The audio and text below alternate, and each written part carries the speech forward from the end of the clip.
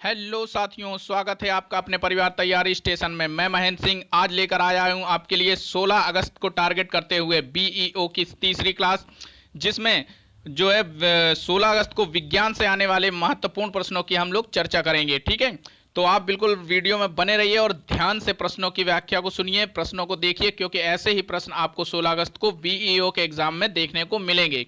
तो चलिए शुरू करते हैं। सबसे पहले देखिए, हम 4 क्वेश्चन आपके लिए जो लेकर आए हैं, 4-5 ये इनमें देखते हैं कि मानव शरीर की सबसे बड़ी ग्रंथि कौन सी होती है। मानव शरीर की सबसे बड़ी ग्रंथि अगर पूछेगा तो आपको यकृत लगाना है, याद रखेंगे। यकृत मानव शरीर की सबसे बड़ी ग्रंथि होती है। ठीक है, अगर पूछेगा कि मानव शरीर की सबसे बड़ी अंतःस्रावी ग्रंथि कौन सी होती है, तब आपको लगाना है थायराइड ग्रंथि। याद रखें, दोनों में मानव शरीर की सबसे बड़ी ग्रंथि यकृत और सबसे बड़ी अंतःस्रावी ग्रंथि कौन सी है, तो थायराइड ग्रंथि। इसके बाद मानव शरीर की सबसे छोटी ग्रंथि कौन सी है, तो पीयूष ग्रंथि। इन सब में आप लोग कंफ्यूज नहीं होना है, इसलिए इन प्रश्नों को हमने रखा है। ठीक है, सबसे बड़ी यकृत, सबसे बड़ी अंतःस्रावी थायराइड ग्रंथि और सबसे छोटी ग्रंथि कौन सी है, तो पीयूष ग्रंथि बोली जाती है। ठीक है, और इसी के साथ अगला है कि मानव शरीर की मिश्रित ग्रंथि कौन सी है, तो पैंक्रियाज यानी अग्नाशय को मिश्रित ग्रंथि बोला जाता है, याद रखना। और इसी के साथ मानव शरीर की दूसरी सबसे बड़ी ग्रंथि, यकृत सबसे बड़ी है, इसके बाद दूसरी सबसे बड़ी ग्रंथि भी अग्नाशय यानी पैंक्रियाज है, जो एक मिश्रित ग्रंथि है। यानी मिश्रित ग्रंथि का मतलब क्या होता है कि यह अंत तथा बहिर्स्रावी दोनों तरह से कार्य करती है। ठीक है, यह अंतःस्रावी तथा बहिर्स्रावी दोनों तरह से कार्य करती है, तो अग्नाशय जो है मिश्रित ग्रंथि है। चलिए आगे देखते हैं। आगे देखते हैं कि मानव शरीर में पाचन का अधिकांश भाग कहाँ संपन्न होता है। ठीक है, सबसे अधिक जो भाग है पाचन का वह कहाँ संपन्न होता है। आया हुआ क्वेश्चन है, यूपीपीएससी का ही पूछा हुआ, तो उसे कहाँ होता है, तो छोटी आंत में होता है। ठीक है, स्मॉल इंस्टेंटाइन में होता है। ठीक है, जहां पर पूर्ण पाचक रस निकलता है। ठीक है, छोटी आंत में पूर्ण पाचक रस निकलता है, और जो छोटी आंत में ही जब खाना पच के पहुंचता है तो पेस्ट बनकर, तो उसमें से कार्बोहाइड्रेट, विटामिन, वसा और जितने भी पोषक तत्व होते हैं उनका अवशोषण भी कहाँ होता है, तो छोटी आंत में होता है। ठीक है, आगे देखते हैं। एक क्वेश्चन है, गुणसूत्र क्या है। गुणसूत्र को आनुवंशिकता का वाहक कहा जाता है, याद रखना है आपको। पूछेगा क्वेश्चन कि आनुवंशिकता का वाहक किसे कहते हैं, तो आनुवंशिकता का वाहक गुणसूत्र को कहते हैं। मनुष्य में 23 जोड़े गुणसूत्र यानी 46 गुणसूत्र पाए जाते हैं, और गुणसूत्र बना किसका होता है, तो हिस्टोन प्रोटीन और डीएनए से मिलकर गुणसूत्र का निर्माण होता है। कौन कौन सी, हिस्टोन प्रोटीन और डीएनए से मिलकर गुणसूत्र का निर्माण होता है। इसी के साथ आगे देखते हैं कि जीन को क्या कहते हैं, आनुवंशिकता की इकाई कहते हैं। जिस प्रकार आनुवंशिकता का वाहक कौन है, गुणसूत्र है, उसी प्रकार आनुवंशिकता की इकाई को जीन को कहते हैं। और डीएनए आनुवंशिक पदार्थ है। ये 3 पॉइंट जो है अलग अलग याद रखे ना, कंफ्यूज नहीं होना। ठीक है, इसके बाद है डीएनए को के द्विकुंडलिक संरचना के बारे में बताया था, तो किसने, वाटसन और क्रिक ने बताया था। इंपॉर्टेंट क्वेश्चन है कि डीएनए के द्विकुंडलित संरचना के बारे में किसने बताया, तो वाटसन और क्रिक ने बताया था। आगे देखते हैं। आगे डीएनए के बारे में ही है कि डीएनए में 4 प्रकार के क्षार पाए जाते हैं। आपके में क्वेश्चन आ सकता है कि निम्न में से कौन सा क्षार डीएनए में नहीं पाया जाता, तो इनमें से 3 ऑप्शन आपको इनमें से दे देगा और एक कोई और दे देगा। ठीक है, तो आपको याद रखना है कि डीएनए में 4 प्रकार के क्षार कौन कौन से पाए जाते हैं, तो कौन कौन से हैं।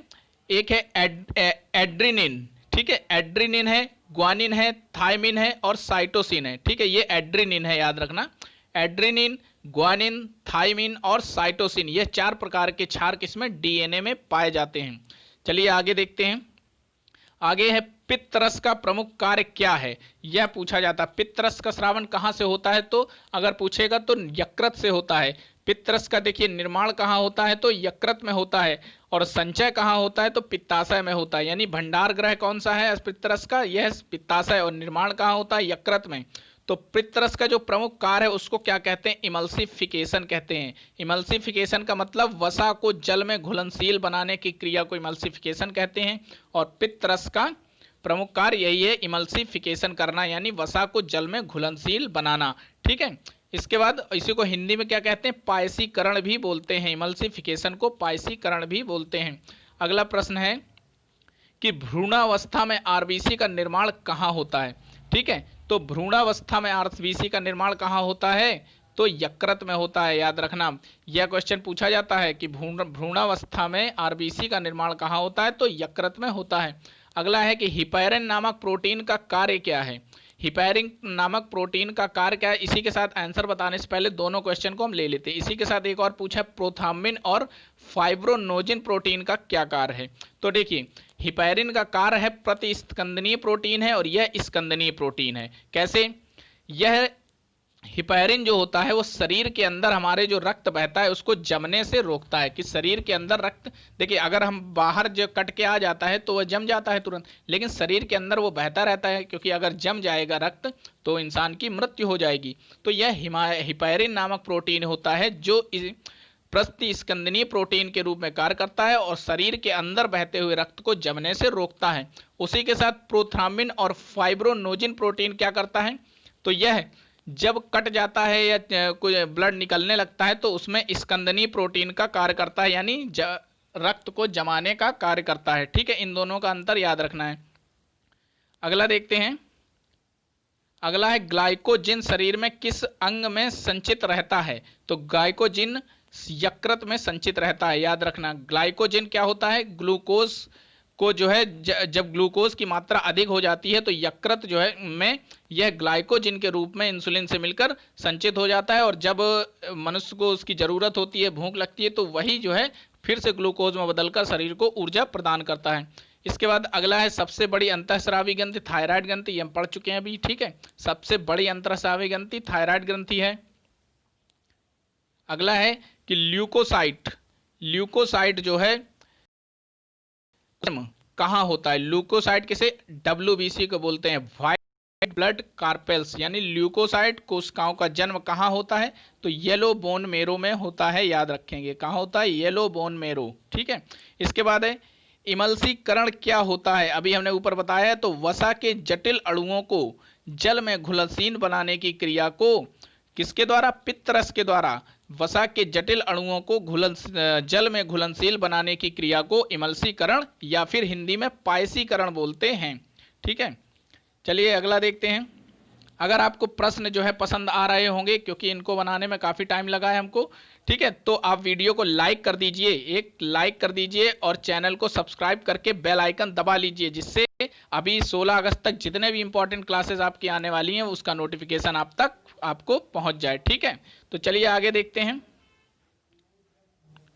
आगे है कि रक्त में भोज्य पदार्थों के संवहन के लिए कौन जिम्मेदार है, तो रक्त में भोज्य पदार्थों के संवहन के लिए कौन जिम्मेदार है, प्लाज्मा जिम्मेदार है। कैसे, जो रक्त में जो भोज्य पदार्थ होते हैं रक्त में घुल जाते हैं, छोटी आंत के द्वारा अवशोषित कार्बोहाइड्रेट, विटामिन, प्रोटीन, वसा, ये सब रक्त में घुलकर संवहन का मतलब परिवहन से होता है, पूरे शरीर में यह पहुंचते हैं। ठीक है, तो ये कार्य कौन करता है, प्लाज्मा द्रव अवस्था में होती है जो रक्त में घुली होती है। ठीक है, इसी के द्वारा पूरे शरीर में भोज्य पदार्थों का संवहन या परिवहन किया जाता है। ठीक है, अगला प्रश्न है कि हमारे शरीर में एंटीबॉडी का निर्माण में सहायक रक्त कोशिका है, तो कौन है, लिम्फोसाइट यानी डब्ल्यूबीसी, और इनकी इस समय बहुत ज़्यादा ज़रूरत है कोरोना वायरस के कारण।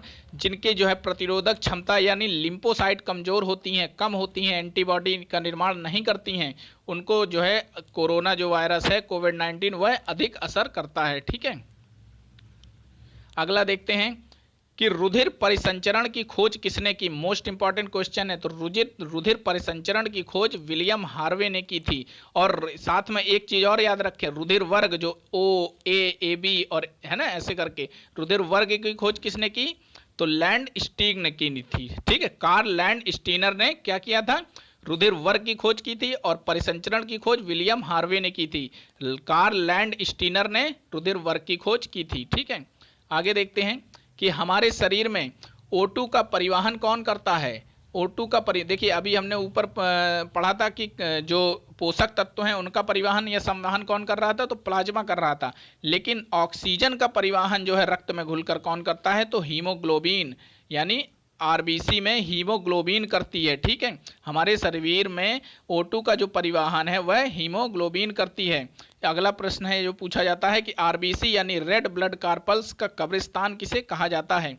आरबीसी का कब्रिस्तान प्लीहा यानी तिल्ली को कहा जाता है। यहीं पर जो है आरबीसी की मृत्यु होती है। ठीक है, अगला प्रश्न देखते हैं कि ब्लड बैंक ऑफ बॉडी किसे कहा जाता है। तो प्लीहा को ही ब्लड बैंक ऑफ बॉडी कहा जाता है। ठीक है, प्लीहा को आरबीसी का कब्रिस्तान भी कहा जाता है और ब्लड बैंक ऑफ बॉडी भी कहा जाता है। हिंदी में इसको प्लीहा क्या बोलते हैं, तिल्ली। ठीक है, अगला है कोशिका का कंकाल तंत्र किसे कहा जाता है। तो इंडोप्लाज्मिक रेटिकुलम यानी हिंदी में अंतःप्रद्रव्य जालिका को क्या बोलते हैं, कोशिका का कंकाल तंत्र बोलते हैं। मोस्ट इंपॉर्टेंट है।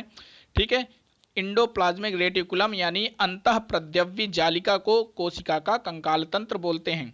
अगला प्रश्न देखते हैं कि वसा का पाचन कहाँ से प्रारंभ होता है। तो वसा का पाचन जो होता है वह आमाशय से शुरू होता है। देखिए, कहा जाता है कि जब हम भोजन करते हैं तो भोजन का पाचन जो है मुख से ही शुरू हो जाता है, लेकिन वसा का पाचन जो होता है वह आमाशय से शुरू होता है।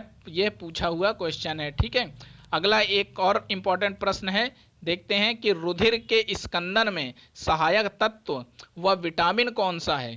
ठीक है, रुधिर के स्कंदन में, स्कंदन का मतलब जमने में, कौन सा प्रोटीन था, प्रोथाम्बिन और फाइब्रोनोजिन प्रोटीन सहायक था ना जिसमें, तो कौन सा इसमें उन प्रोटीन के साथ में एक तत्व है जो वसा के स्कंदन यानी जमने में सहायक है, तो वह है कैल्शियम तत्व और साथ में विटामिन के की भी आवश्यकता पड़ती है। ठीक है, अगर विटामिन पूछेगा स्कंदन में कौन सा है तो विटामिन के आपको लगाना है, अगर तत्व पूछेगा तो कैल्शियम लगाना है, अगर प्रोटीन पूछेगा तो प्रोथाम्बिन प्रोटीन और फाइब्रोनोजिन प्रोटीन होती हैं। सबसे ज़्यादा प्रोथाम्बिन ही पूछा जाता है। ठीक है, तो आपको जो है क्वेश्चन पसंद आए होंगे। अगर वीडियो पसंद आया तो लाइक कर दीजिए और चैनल को सब्सक्राइब करके बेल आइकन दबा लीजिए ताकि आप हमारे क्लासेस को डेली नियमित रूप से देखते रहें, क्योंकि आपको ऐसे ही प्रश्न हम इम्पोर्टेंट कराने वाले हैं जो आपकी परीक्षा में जब आप देने जाएंगे तो वहाँ पर भी आपको ऐसे ही प्रश्न यही देखने को मिलेंगे। ठीक है, तो मिलते हैं नेक्स्ट क्लास में, तब तक के लिए धन्यवाद। जय हिंद।